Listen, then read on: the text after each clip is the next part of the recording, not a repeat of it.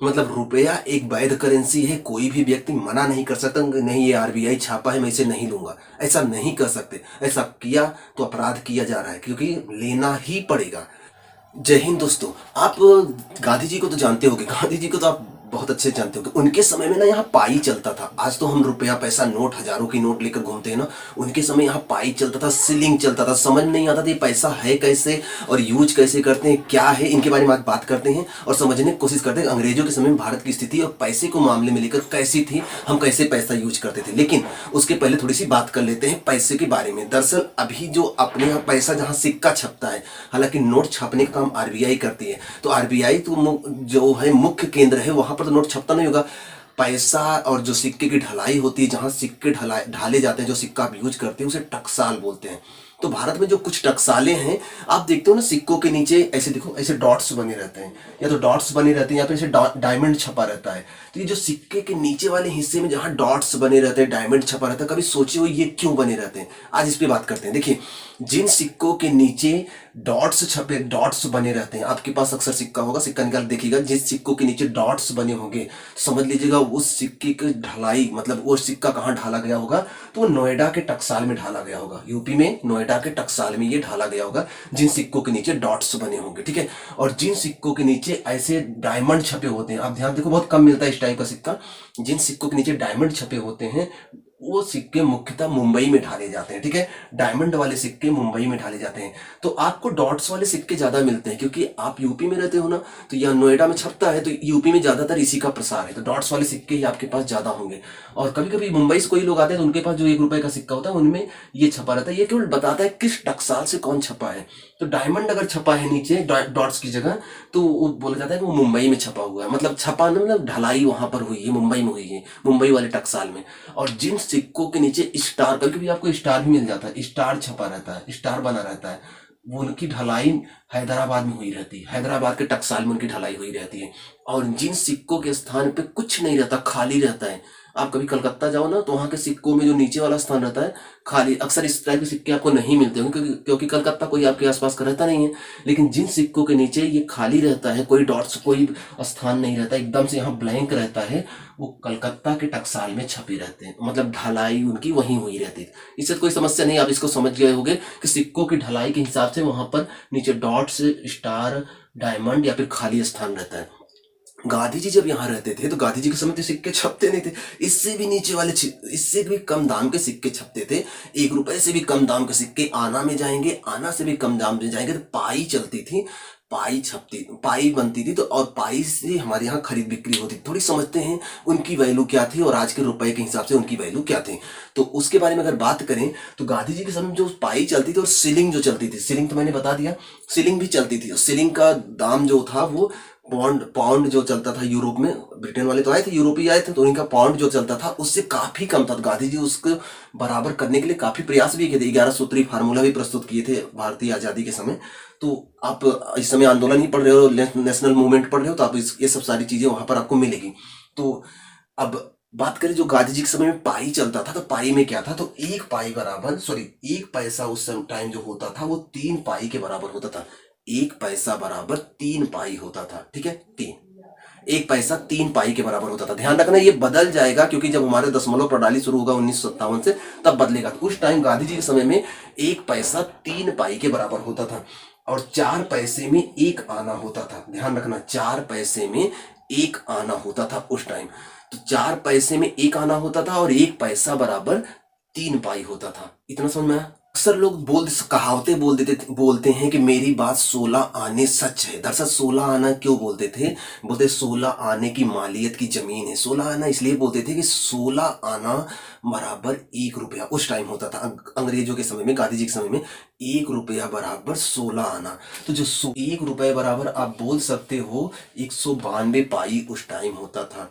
मतलब 192 पाई अगर किसी के पास होता था, तब वो मानता था कि मेरे पास 1 रुपया हुआ है। समझ में आया? उस टाइम अंग्रेजों के समय में तो 1 रुपया बराबर 192 पाई। हालांकि बाद में 1957 में हमने फ्रांस से दशमलव प्रणाली जब ग्रहण किया तो 1 रुपया बराबर 100 पैसा कर लिया, जबकि पहले क्या था, 1 रुपया बराबर इस हिसाब से 64 पैसा होता था।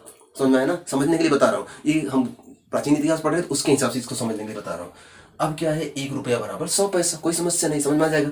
अब जब आज़ादी के बाद सिक्कों की ढलाई शुरू हुई, आज़ादी के बाद जब सिक्कों की ढलाई शुरू हुई तो सबसे पहले हम जो सिक्के ढालते थे वो तांबे के सिक्के ढालते थे। मतलब कि शुरू शुरू में तांबा का सिक्का ढाला जाता था, फिर बाद में सिक्कों की क्वालिटी में चेंजेस किया गया और हम एल्युमिनियम 1964 से एल्युमिनियम के सिक्के ढालना शुरू किए। 1964 से एल्युमिनियम के सिक्के ढालने शुरू किए और 1988 के बाद स्टेनलेस स्टील के सिक्के ढालने शुरू किए। तो अब सिक्के तो बड़ी मात्रा में ढाले जाते हैं। 4 टकसालें भी बताया था आपको, नोएडा में, मुंबई में, हैदराबाद, कोलकाता, और सबके सिंबल भी बताए थे। नीचे डॉट से पता कर सकते हो कौन सा सिक्का कहाँ बना हुआ है। ठीक, आपके पास हो तो आप चेक करिएगा कहाँ कहाँ का आपके पास है, किस किस टकसाल में सिक्के ढलते हैं, किस किस टकसाल का सिक्का है।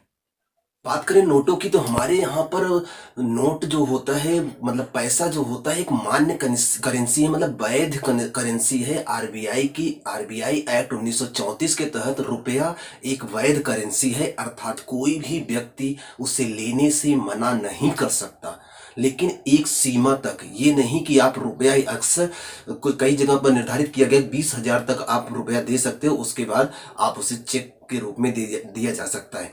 मतलब रुपया एक वैध करेंसी है, कोई भी व्यक्ति मना नहीं कर सकता नहीं ये आरबीआई छापा है मैं इसे नहीं लूंगा, ऐसा नहीं कर सकते। ऐसा किया तो अपराध किया जा रहा है, क्योंकि लेना ही पड़ेगा। तो रुपया एक वैध करेंसी है और आरबीआई एक्ट 1934 में ये लिखा गया है। लेकिन कुछ ऐसी भी करेंसी हैं जो वैध करेंसी नहीं है, मतलब लोग चाहें तो लेने से मना कर सकते हैं, जैसे कि बैंक ड्रॉप, जैसे कि क्रेडिट कार्ड, जैसे कि पेटीएम, गूगल पे, फोन पे। अब कोई बोले कि नहीं मैं गूगल पे कर दूंगा, आप बोल दो नहीं लेंगे गूगल पे से, हमें वो मतलब नगद पैसा चाहिए, तो आप मांग सकते हो।